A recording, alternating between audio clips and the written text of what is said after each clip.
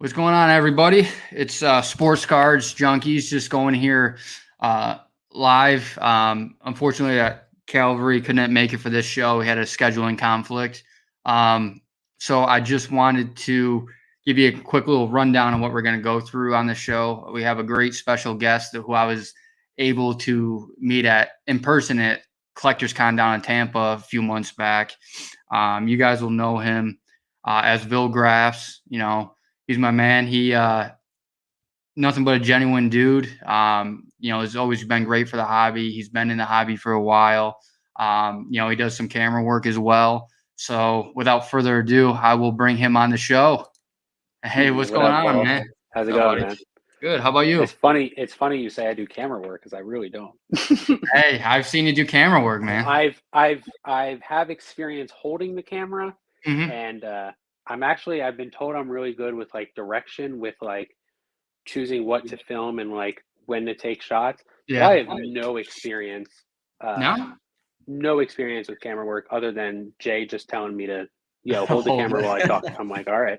Hey, that's half the battle there is learn how to, get the right pictures and frames and stuff. And, for your stuff too, when you do those documentaries, of different card shows, I mean, at least you'll get to experience, hey, this is what we're looking for. It's different when you're on an iPhone, but yeah, I understand.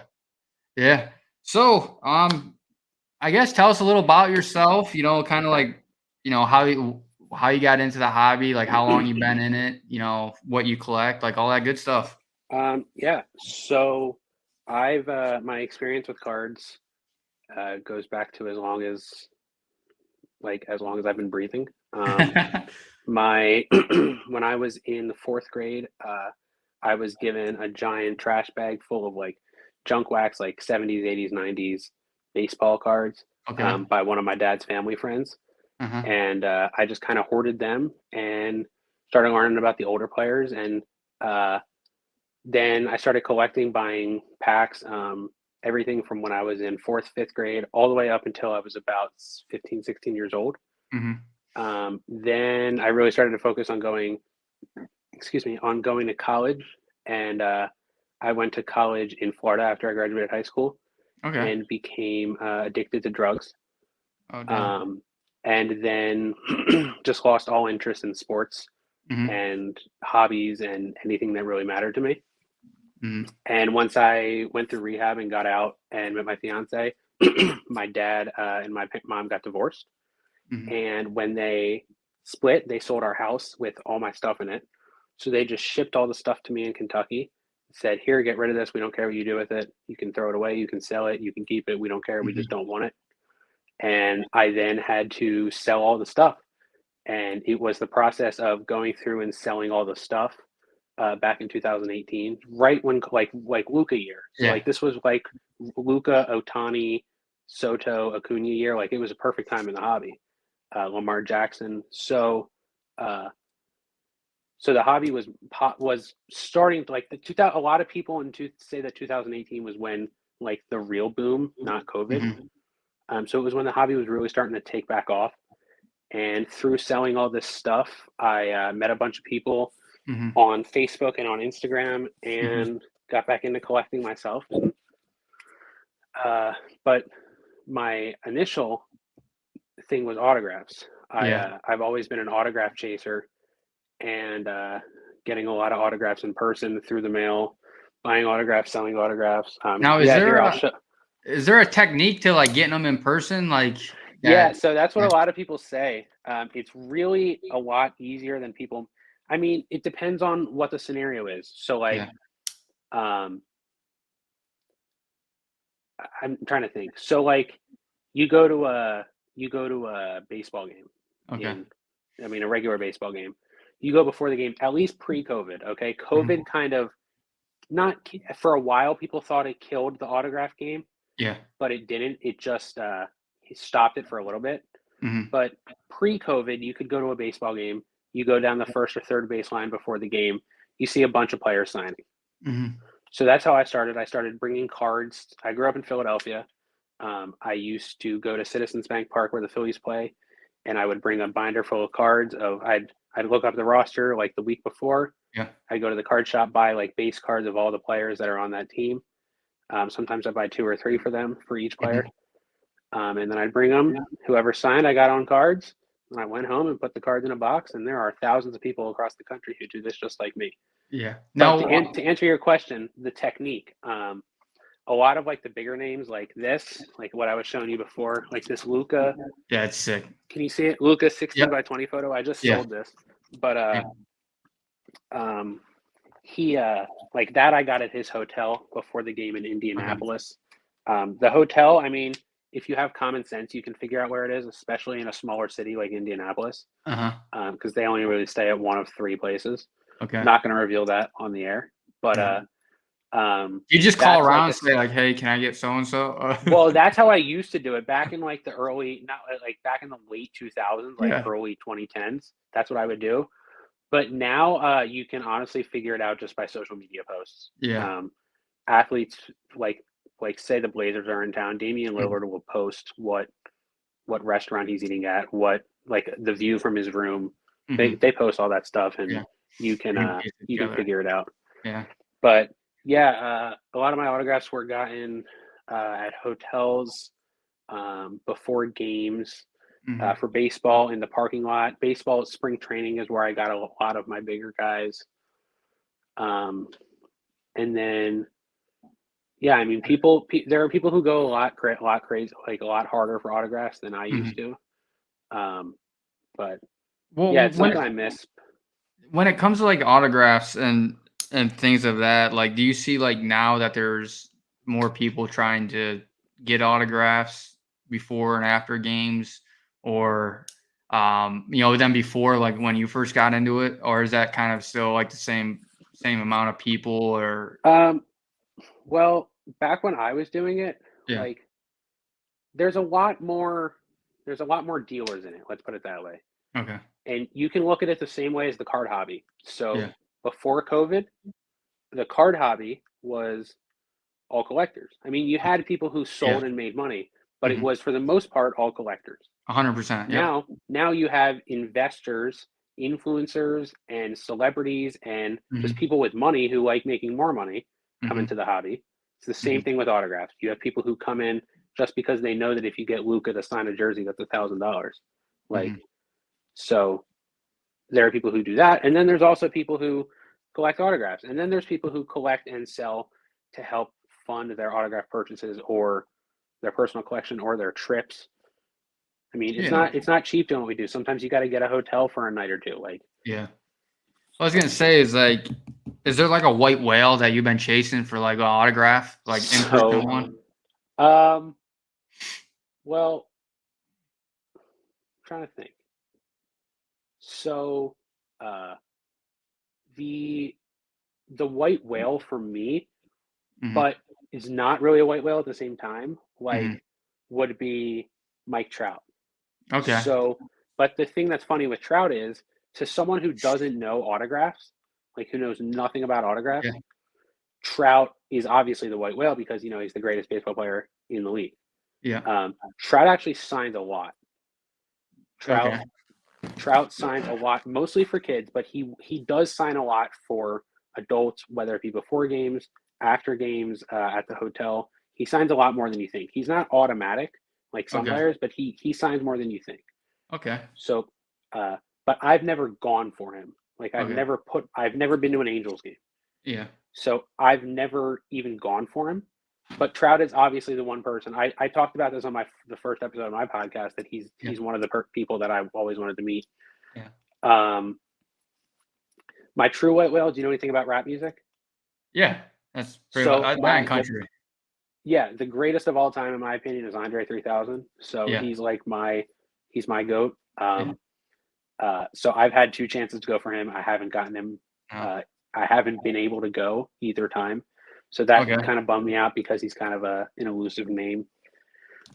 That's pretty funny too, because like for me, like my biggest like favorite rapper, like lyrically, because Andre 3000 is like a lyrical genius, but as well as like that's what I listen to is mostly like Nas and them. They're just lyrically. I was playing like, Nas yesterday on my Whatnot stream. Yeah, and it's amazing, man. It's like different level, but now like days like I'm not a rap podcast or anything like that. I don't know. It's like I just feel it's more about the beat than anything, and then you can pretty much get anybody on a song that mumbles. Yeah, But exactly. when so I see like there's a lot of parallels between like the autograph side of things of the hobby compared to like the cards.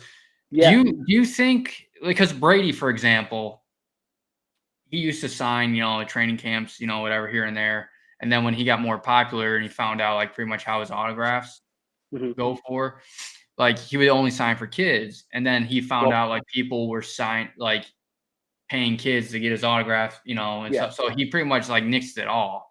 So I know that he like through Fanatics and stuff like that, like he'll I was sign about to say he signed with Fanatics, and the one rule of thumb, or I guess the two rules of thumb in autographs is if they're signed by Upper Deck or Fanatics, don't even ask them because they're going to say no. Yeah. I know it was TriStar before until he did the Fanatics deal, but like so he pretty much could like put a kibosh to all that. And then now I guess if he does like any signatures for somebody, like if it's a kid that was battling cancer, like we saw or something, like he specifically, like if he signs anything, it says to Paul from So do you see that like with a Trout or something? Like I know you said he signs a lot, but I mean Brian over at Tampa Card Shop told me when he was at a golf event, like Ken Griffey Jr., like he's like, I'm not, he'll sign it because it was charity, but he's like, I'm not signing anything. Or he'll only sign like over the MLB logo. Ken will sign golf items at those things. Yeah. Yeah, he said for baseballs, he said when he was signing, this is from Brian from Tampa Card Shop, that he won't sign them on the sweet spot of the baseball. He signs it by the logo. Yeah. He's like, so is it like I don't know. Players know what they're doing. Yeah, I was gonna say like does that seem pretty common? Like if you have people out there standing for autographs, do they skip over you're in my age and just go straight to the kids? Oh yeah. Man, one time, it's funny actually. You say white whale. Like when you say white whale, my initial thought is the guy I've gone after and just haven't been able to get. Yeah. And I don't know how well you follow baseball, but the one guy I'm like 0 for 9 on is Michael Brantley. He's really not that good of a player. I mean, he's not bad, but he's not that good of a player. He's just kind of a jerk. Yeah. So one time at spring training, he goes, "All right, guys, I'm going to do one more." And I was like front and center, like I was about to get him. I was like, finally, I'm going to get this guy. But I go, "Hey, Michael, I'm going to let the kid go before me. Will you get me after?" He goes, "Yeah, that's fine." And then he signed for the kid and ran away. I was like, dude. I mean, at least it's a nice. You got karma though, like at least you have karma for something down the line. Like at least you have karma in your back pocket. So what about? I see AI in the background there. Did you go down to Houston to see AI? I did. Houston was a lot of fun. AI was the one we interacted with the least. Yeah. I mean, so I forget who I was telling, but the day that AI came, it was the first day, and everyone's in the room. We got there that morning. It was a chill vibe. Like everyone's cool, super low key. Everyone's just signing, talking, being friends. I mean, we were just literally just sitting there with Pete Rose, just like chatting. It was really cool. Yeah. And then AI showed up. Okay. Yeah. The minute AI showed up, I mean, he walked in, like he was security escorted in, like the room, like the energy just like shifted so much once he walked in. It was kind of uncomfortable. Like I didn't really like it. Like I was kind of upset. It wasn't like a good, like upbeat, positive energy. It was more like it was like leave this guy alone and let him sign. Yeah. Like and I was on camera duty and they were just like they were giving me shit. Can I curse? Yeah, you can curse. They were giving me shit about cursing with filming AI and like making sure I didn't get certain stuff or like stuff that he was saying or whatever. But I mean, I did get to talk to him, so that was cool. I have actually met him before. Okay. A funny story. I haven't met him in years, but a story that I was telling the people I was with, and had I got a chance to be one-on-one with AI, I would have told him. But in the scenario we were in, I wasn't going to tell him. Yeah. So I grew up right outside Philadelphia. I was born in '95, right before AI was drafted to the Sixers. And the house I grew up in, not grew up in, but the house I lived in until I was 5. So from 95 to 2000, my next door neighbor was Larry Hughes. Do you know who that is? Yeah. Yeah. He was in He a played for point guard. he played for the Sixers and the Bulls and He's a like a point shit guard, ton of right? other teams. Yeah, he was a point guard. Yeah. So he was my neighbor, right? Okay. And AI is like second and third and fourth year in Philly. He would come over to Larry Hughes' house. Okay. Drop his daughter, who was my age, she still is my age. He'd drop her off at my house, and I would play with AI's daughter while he practiced and watched film and did whatever with Larry Hughes. Yeah, so I was gonna like tell him that because like that's always been like the coolest thing that's ever happened to me. Like that's the thing I tell people. That finals against the Lakers, like that probably was the best final. Like maybe not for you because you're 26, but that was probably the best finals I ever saw in my entire life. Yeah, I mean, I was also too young to like. I mean, I watched it, but I was like too young to understand. Yeah, I was the same way. Like I was, a little older than you. I was born in '89, but watching that, like I was kind of at the age of understanding it. But I mean, besides like just being a big Kobe fan, kind of part of how you are AI. Like I don't know. Like I don't follow basketball ever since Kobe like started getting hurt towards the end of his career, wasn't really playing, then the retirement. Like I haven't really followed basketball like I did growing up. Yeah, I just think it's kind of softer nowadays. But like the prime of the NBA for me was like the AI, Kobe, early Pistons, like Shaq. Yeah, Shaq, like all those that early 2000s, late 90s, and like MJ, I remember the first game I watched was, I think it was a Christmas Day, is like 96, 97, where he was on the Bulls. Yeah, I'll be honest with you, I've never seen MJ play live, like on TV or in person. But that was the only one like I really remember seeing. I remember watching the finals here and there, later on, like 96, 97 stuff. But like Kobe was the one that like got me into basketball at the time, just because everybody, he was supposed to be the heir apparent. But that finals, man, I wish the 76ers would bring back those old blue uniforms. Oh yeah, those are the best. Yeah.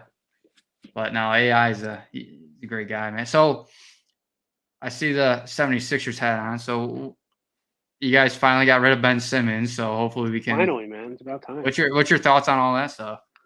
Man, I don't know. He was such a cancer. I was listening to WIP, which is the sports radio station in Philadelphia, yesterday, and they were saying how, without a doubt, Ben Simmons, and really got me thinking because I've been a Philly fan for the last 25 years, 20 years hardcore. I mean, 20 years, the last 20 years I can remember. Yeah. And I mean, I was thinking back, he is, just like the guy said, the biggest disappointment in Philadelphia sports history. I mean, he was at one point, I'm pretty sure he was the first number one overall, like the first time a Philly team had the first overall pick in God knows how many years. And at the time, we were like, "Oh, we got Ben Simmons. We're wit. Like we're doing it all." But then he just started to shit the bed and be a little bitch. And that's what my buddy said. Is like he's the biggest like prima donna. Like that, he's more me. I just hope he goes to Brooklyn and does the same shit. Yeah, I think he's gonna give it a whatever. But did you see there's a 2K simulation between the Nets and the 76ers, where like Ben Simmons it's like I said, a simulation. No one's playing. It's a computer. And it's like Ben Simmons playing and Harden was guarding him. And Harden just like leaves and goes to guard someone else and leaves him wide open, like to take a jump shot. He doesn't take it. Yeah, no, yeah. And then there's one where he missed. And there's another one where he goes up for a layup and he's going, then he passes it off to somebody, like but he has a wide open. It's like, but it was like the computer doing it, and it was hilarious. Like, that's funny. I don't know, but I mean, how do you feel about Harden and Embiid? Like, I feel like that's gonna be a nasty. So it's funny because last year, was it last year or 2 years ago when we were like gonna make a move for Harden when he was on the Rockets? Yeah. So like when that was all happening, they were still saying trade Simmons. Yeah. And I was like, no. Like, if you ask any of my friends who, like, have known me for the last, like, 3 years, like, I was avid against James Harden back then. Yeah. Because he was kind of being like what Simmons is being like now. He was kind of being like a little crybaby, and everything's got to be about him. And I didn't want that. I didn't want the drama in Philadelphia. I didn't want I didn't want that cancer coming to our team. Now, I think he's a little better. So I'm not overly thrilled about it. However, I do think that it's good that they're taking their championship chances seriously and they're making an actual push for it. So Yeah, I just think like I've told my friends, I said I just hope that he takes us far, and that's really all I can ask for. yeah, and I think I have the same opinion of Harden as you do. Is like I feel like he's more about a little bit. But Yeah. my biggest thing is like I don't think he wants to work for a ring.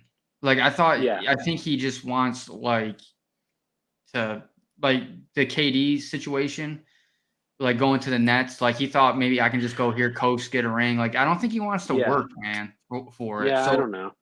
So even with like Houston, there's like whatever happened with management and not getting, but he wanted like the Well, here's load the up. thing: we only get him for half. I'm sorry to interrupt you, but No, we you're only good. get him for half a year. I Yeah. don't think there's any shot he's re-signing here. It depends on how the strip club situation there is in Philly. Yeah, exactly. That's the only. Exactly. Like I see him in like fucking Miami, like or something where it's. Well, that's where he wants to be. Yeah, like Miami, Atlanta, somewhere where it seems. Are you different. going to the Atlanta show? I was actually thinking about it, but I've actually been so slammed this month with dog trainings and all the business I have, and it's just been. I don't think I'm gonna make it. Like I wanted to, and it's not far, and like I might do still a day trip if I can squeeze in time, because it's the weekend of the 26th, right? Yeah, last weekend in February. Yeah, so I'm gonna try maybe even if it's a quick flight up and then leave the same day. Like I definitely want to go because it looks great, like with all the vendors and the people that are going. It's just one of those things. Like I have a couple businesses myself, and it's just hard to juggle. But like Tampa is so great because one, I think they're growing it, but two, it's right in my backyard. Yeah. And then where were you in Florida? I know you said you went to school down here. Oh, I went to Lynn University in Boca Raton. Boca Raton, okay.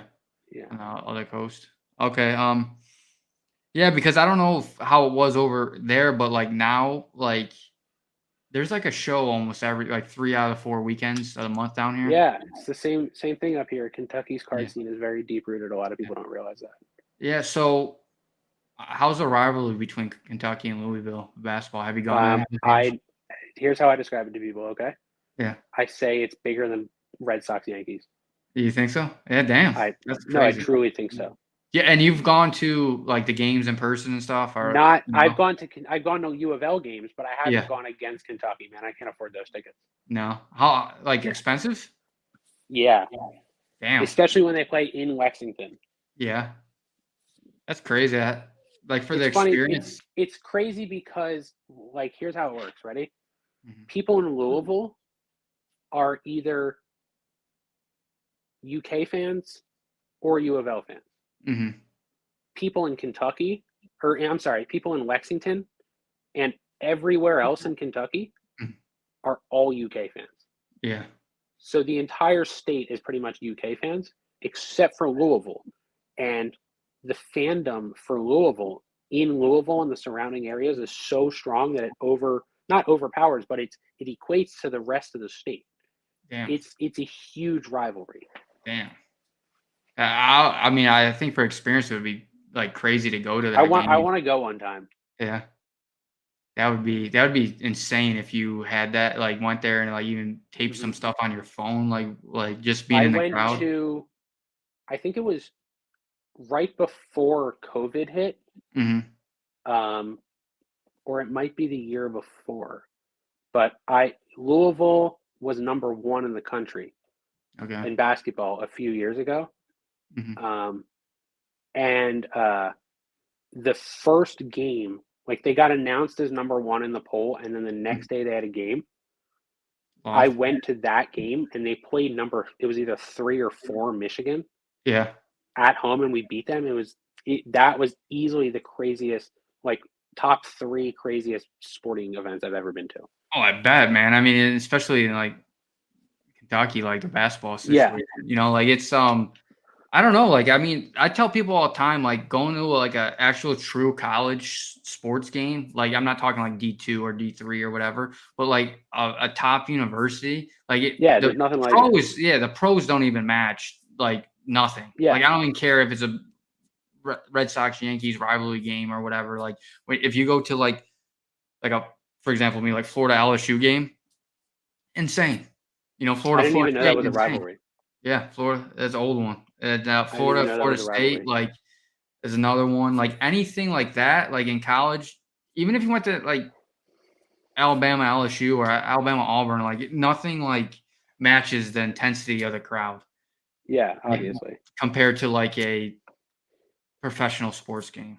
I Yeah, don't my brother goes understand. to Indiana, and he says when Purdue comes to town, it's crazy.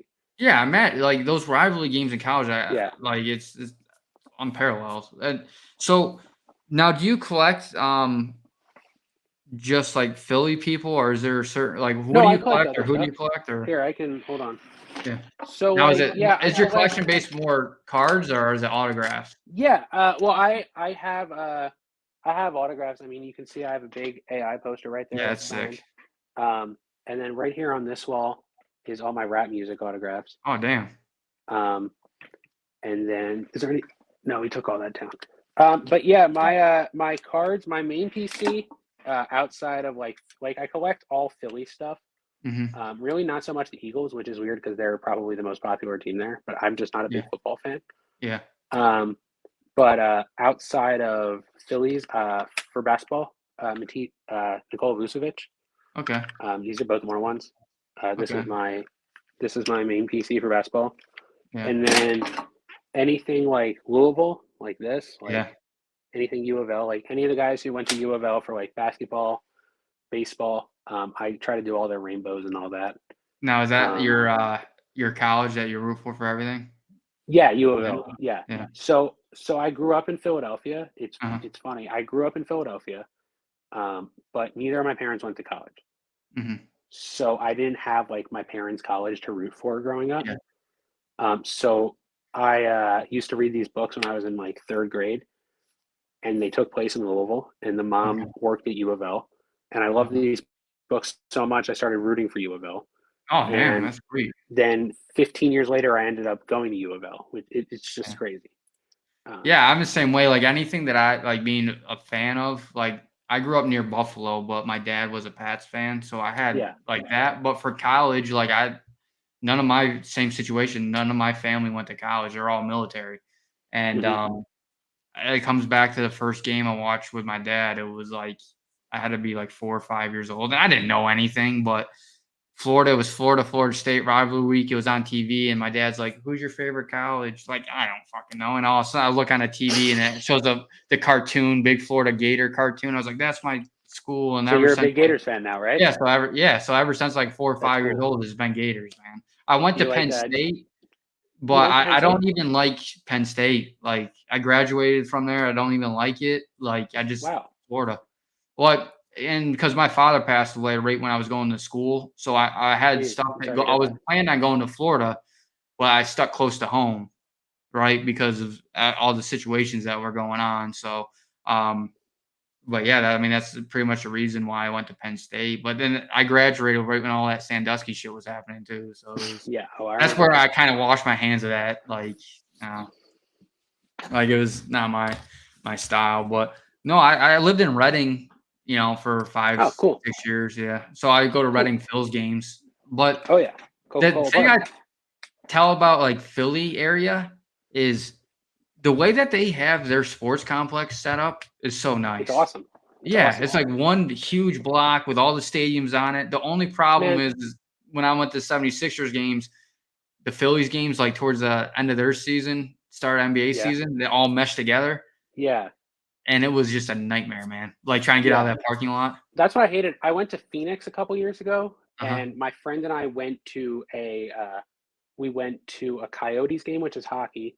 Then we Uh-huh. went to a Suns game the next day, and then the day after that, we toured the baseball stadium. Mhm. And I was like, oh, like all right, like we'll go do that.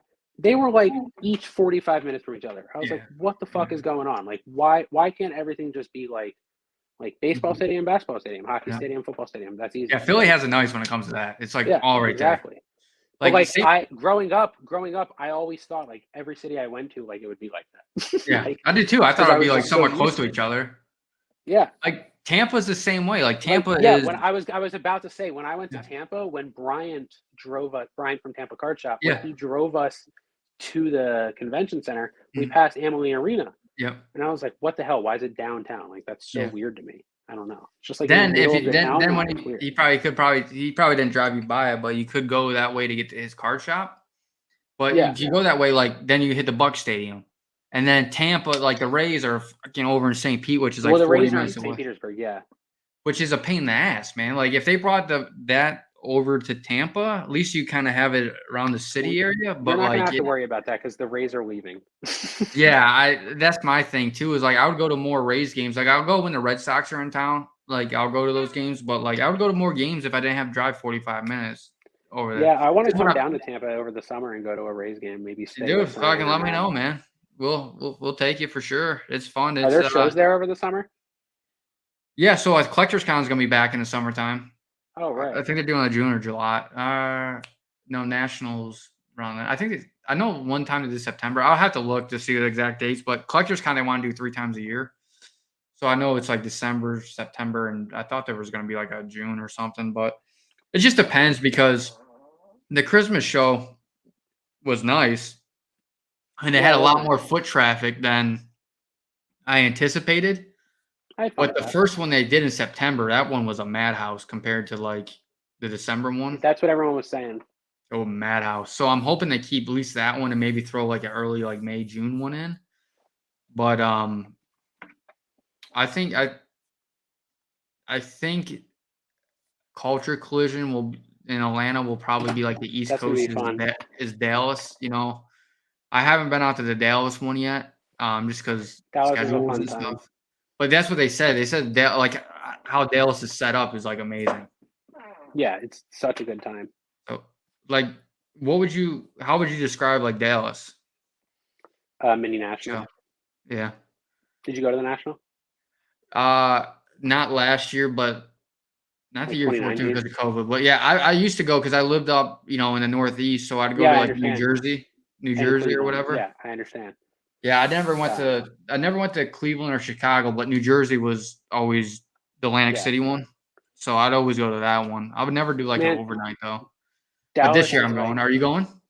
Of course. Yeah, I'm good. Yeah.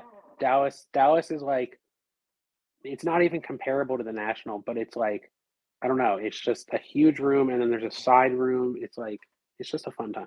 Yeah, and the grading is probably they have a whole room dedicated to grading, right? At the National? I thought Dallas. I thought they had one room that was like grading. Oh, I don't know, but that must be new. I haven't been in almost a year. Okay. But at the National they have the graders set up in the Breakers Pavilion. That's everybody's sprinting probably to get in there. Yeah. To like see what cars are out there. I'd be sprinting to the fucking PSA booth or whoever, like get in there, drop off early, try to get to it. Now, have you gone to the Atlantic City National? No. Well, I went back like a million years ago. Yeah. Like back in like 2007. Okay. But it's obviously changed. Yeah. So I'm excited to see it from even a few years back when I lived like in the Providence, Boston area. Yeah. I drive down with my buddy who got me back into cards back in like 15 or 16. So I did it growing up myself. Like it was sports cards. And then when I got to like middle school, high school, like I was playing sports. So I didn't have like the extra time to dedicate. And then then when I moved up to that way, my buddy who was in his like early 40s at the time worked for the same company I did. He has like all old school like mantles and vintage baseball and all that stuff. Oh, I love that shit. And he got me interested because like the money that's flying around into it and collecting. And so he told me about the show. I met him there. And that's just ever since that moment, I've been 5-6 years like fully in.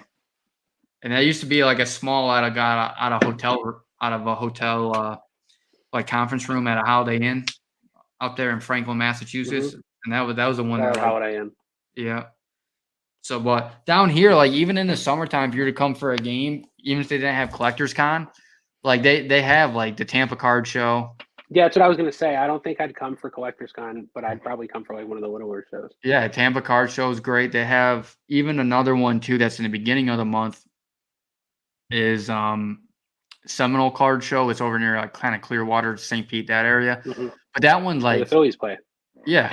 And that's where Bryant from Tampa Card Shop, like, we'll do great. There's good buying opportunities at that show. Like, a lot of, like, dollar box bins, like, bulk buying, like, like, it's, you find the gems out of those dollar boxes, flip them to buy the stuff you want. But yeah, did you go to any spring training games when you were down here at all, or no? I've gone to spring training many times. I haven't in the last 2 years. Last time I went was 2020. Okay, did you go to the Phillies? Yeah, I went to Phillies. Oh, nice. Yeah, that's a nice little complex. It was right before the card shop opened, or it was before the card shop opened up. I was trying to find a card shop down there. Yeah. There was one, besides Tampa, there's another one local guy. Yeah, I've had this conversation with Matt before, yeah. Yeah. So, I guess with everything going on in the hobby and, like, what you've seen from ever since, like, you started, like, what do you think with, like, all the news coming out of, Panini buying it and all that, like, where do you see, like, the hobby going, and where do you see? I think Fanatics is going to be good for the card hobby. Mm-hmm. I think people are craving something new, and Fanatics, people are craving something new, but not entirely new. Mm-hmm. They just kind of want new concepts. So I think they're going to want to spice it up a little bit, and I think that's going to be good for everything. Yeah, I feel like kind of the same, and I'm excited to see if they bring back, like, the Topps Chrome football and all that stuff. 'Cause I feel like Panini and, like, Select and all this stuff, they just kind of watered down, like, the rarity. Select's ruined. Yeah, they just watered down the rarity of these colorways. Yeah, Select's ruined. But I'm hoping they bring back, like, Topps Chrome football and all that stuff. That would be phenomenal for me. And then I guess, I don't want to hold you up here for your whole Sunday. I know you got the Super Bowl coming up. Who do you got for who you rooting for today? The Bengals. Yeah, me too. Absolutely. Yeah. A couple reasons. I have a bunch of friends. I mean, the Bengals. You don't understand. Where I live, the Bengals are the local team. Oh, okay. So, like, I'm like 90 minutes from Cincinnati. Yeah. Maybe an hour if you drive like I drive. So I have a bunch of friends who are Bengals fans. Mm-hmm. So obviously I'm rooting for them. And then my fiance said we could go to the parade on Tuesday if they win. So look at you, man. That'd be sweet. That would be fun. So I'm hoping to do that. Yeah, that'd be great. I mean, I like Burrow, even though he went to the rival. Like, just a winner, man. That personality, everything. Like, yeah. And I think Cincinnati deserves it. Like, I just don't like how the Rams felt like they could buy a championship team. I don't know. They're the Rams. Like, weren't they just in the Super Bowl and they blew it? I don't know. Yeah, New England. I don't really follow football. Yeah. So, like, I'll be honest, the first football game I watched in this entire season was the first playoff game. Like, I don't watch any of the regular season. No. Is it just basketball mostly for you? Basketball and baseball, yeah. Baseball, yeah. That's one thing of baseball too, is like prospecting, like, and trying to get those Bowman first cards. Like, those are ones, like, when I don't do it as much. No. I do it for resale. Like, I buy and resell them all the time, but I don't, like, invest a bunch of money into the Bowman.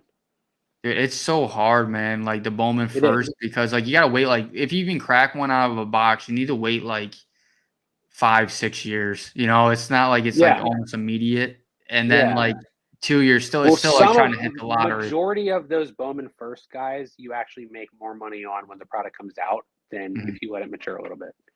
Yeah, because of the hype or whatever. Yeah, exactly. Like Dominguez or Christian Hernandez. I mean, they can be good, but who knows? It's just tough. But so I guess, like, last question is, like, what do you have coming out for Ville Graphs, and what are you working on? Like, so I just in the last 3 weeks I've announced a podcast. Got you. Called Chillville. I like the name. Thank you. The Instagram is @ChillvillePod. And then you can find it in my bio. It's kind of just similar to this, except there's no visual. It's all Okay. audio. Because I kind of want people to listen. Not that this is wrong, but I just kind of want Yeah. people to listen to what we're Yeah. talking about. And so I have a special guest on there, someone from throughout the hobby. I try to make it someone that at least people have heard of, Mm-hmm. um, but also people who I have relationships with and who people care to listen to. And I Yeah. have them come on and we fuck around and talk about cards and Love it. sports and other stuff, and it's a fun time. And then we got the Atlanta show going on. Mm-hmm. I'll be there. I'm hoping to be in Philly the week after that, and then 2 weeks after that, maybe Chicago. So Damn, look at you trying traveling, to, huh? I like traveling, Yeah. but yeah, it's going to be fun, and just trying to grow the page and just trying to live every day like it's my last. Yeah. Same here, man. Like we're fairly new, like few months into it, but I mean it's fun, like it's Yeah, work, it's a job to grow it, but at the same time, like it's doing something that we love and like yeah, centered exactly. around I it. So enjoy it's it, not so work. it's not really Yeah. a nuisance for me. Yeah. No, man. I appreciate your time on a Of course, Sunday thanks for coming on having the me. show. Yeah, of course. Of course, I and like I said, like whenever you're down here, like let's go to a game or do something. Yeah. absolutely. All right, buddy. Well, have a great All Sunday right, and man. thank you once Thanks again. for having me on. All I right. appreciate it. Appreciate it, man. Thanks, Adam. See you later, man. Yeah.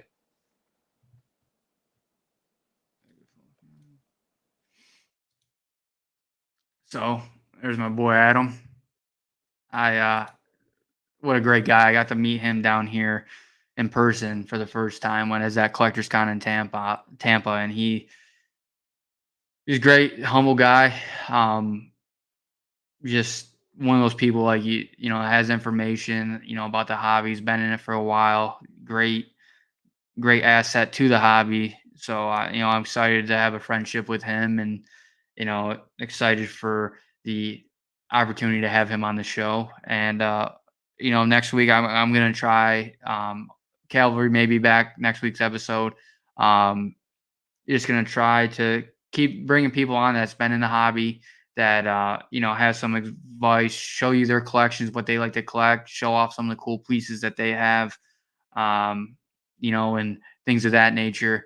Uh, the last quick little thing I'll do before the show ends, for this week's episode, I'll show you off. I didn't do a mail day for this week. So I'll just kind of glance through a couple items that I've got in the mail um, so far. So the first one I'm getting into, I know we had Grobles on last week talking about tickets, but I've been collecting tickets, but I've also been collecting Sports Illustrateds that are graded, and some are raw as well. So this is the 2004 World Series commemorative issue after the Red Sox broke the curse. And this is in the 9. I haven't seen anything higher than this grade wise, but for me, for the PC, it's just a piece that I wanted to have. This is any Boston fan, any, I would even say baseball fan, like this is an iconic moment. So I bought this for the collection. I did buy 3 of them also that were raw that I'll probably get graded as well, just to see what they come back as. They look in great shape, but I'm still a firm believer that print is dying out. So I am are dying out, being phased out, whatever. Everything's going digital. So I want to buy things that you can't duplicate. Like this is a part of history that is going to always, be there. And if I hold on to something from that history, it's great for my collection, and it's great for a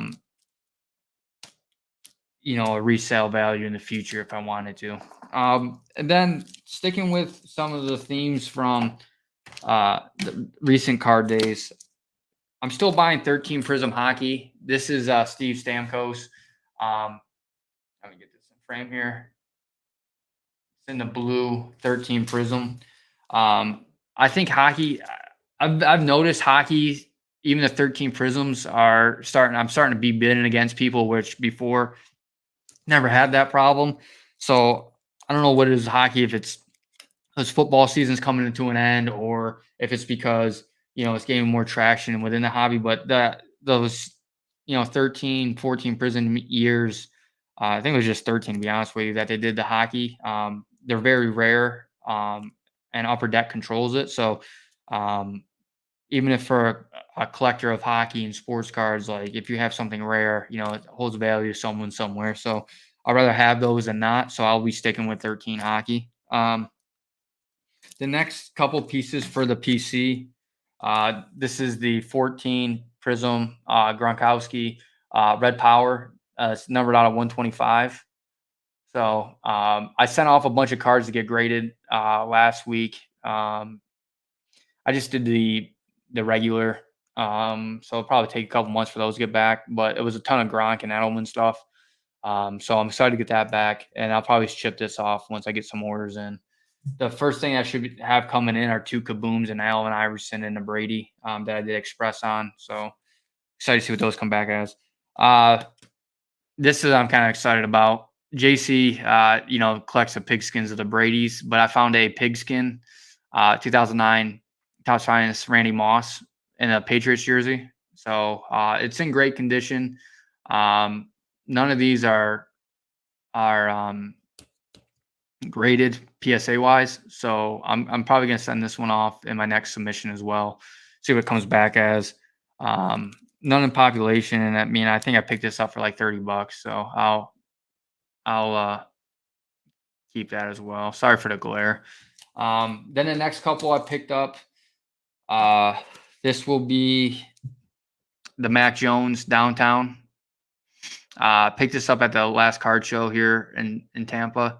I did a trade for Brady, with a Brady rookie and cash for this, or I should say a Brady rookie for this and cash. So I'm excited for it. I think he has a good future. And obviously he's New England. Another quick pickup, fairly cheap, the 13 DeAndre Hopkins Blue Pulsar. Like I said, I will probably have this set up at either a card show or listed on eBay eventually.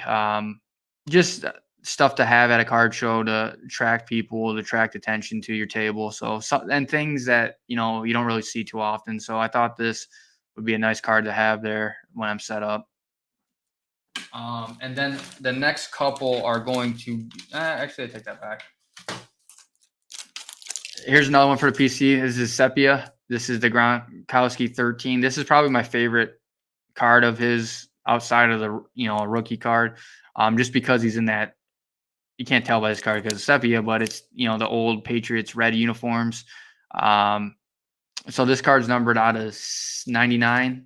There's only one in total pop, and it's this one. So this is a nice little ad for the PC.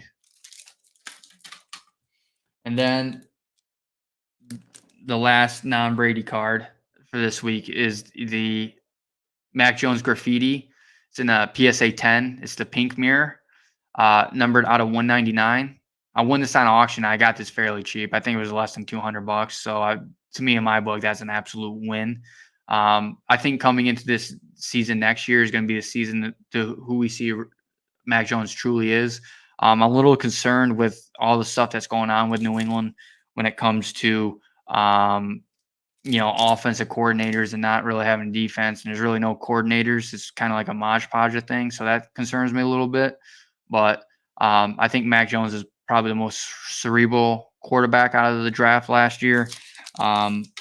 So I think they need to kind of let him do his own thing, make his own decisions at the line, give him faith to do what he can do.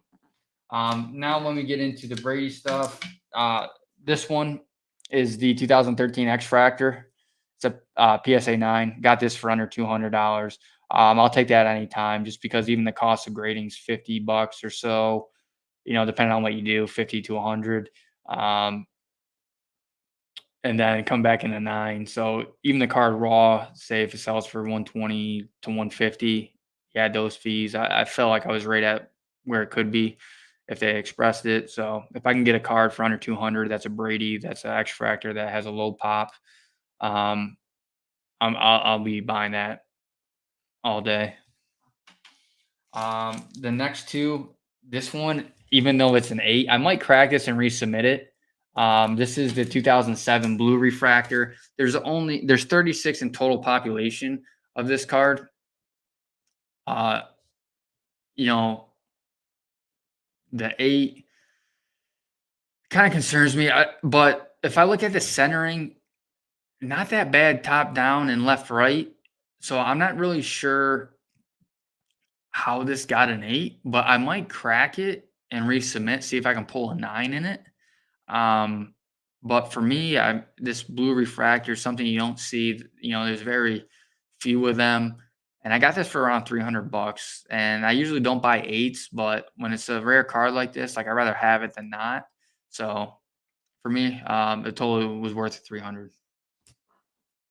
And then the last one that I got, I'm not really big fan of like the newer stuff, like the modern years. And like the inserts, like I'll do the kabooms and the downtowns because they're very liquid. But my biggest or my favorite kind of like modern card besides the outside of kaboom and downtowns that I'll invest in, I do love these 2017 Panini Donruss Optics. This is the red version in a PSA 10. It's the Tom Terrific, the AKA card. So this was Mahomes' rookie year. He has an insert as well called the 2 p.m.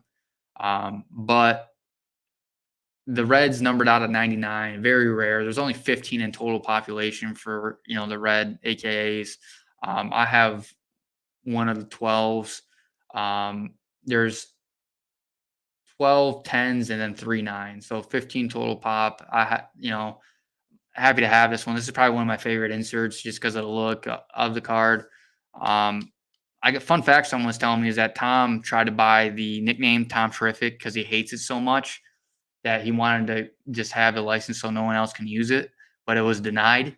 So that's a little fun fact for you on this. But yeah, this is probably one of my favorite insert cards besides the downtown kabooms for modern stuff. Other than that, I'll stick to like Topps Chrome, early year stuff. I think it's just gonna be harder and harder to find, another 5 years from now. So yeah. So this is the show for this week. I appreciate you guys tuning in for me. I ran this one solo dolo here. So next week I'll try to have another guest on. Calvary may or may not be back. Yes, some I don't want to get into anything with him, but some personal things he has to figure out, and then we will get back to it. Try to get back into the groove of things, and then enjoy your Super Bowl Sunday. And next Sunday, I think we will have our 500 followers. There is we're one short. So next week we're going to do our giveaway for the 500 followers. We will be giving away either a Trey Mancini PSA 10 Bowman's Best Rookie Refractor, or the winner can choose a 9.5 BGS 10 Auto Torrey Hunter Jr. Bowman First. So we'll run the raffle live probably next Sunday because we should hit 500 by then. I think we just need one more follower for 500. So I'm gonna be optimistic and say we'll get that. So once again, just smash the follow button and grade and trade cards on Instagram. Leave us a comment here, and we'll do more. After we do the drawing, we'll announce what the next prize will be for our followers. All right, guys, have a great Sunday. Appreciate you.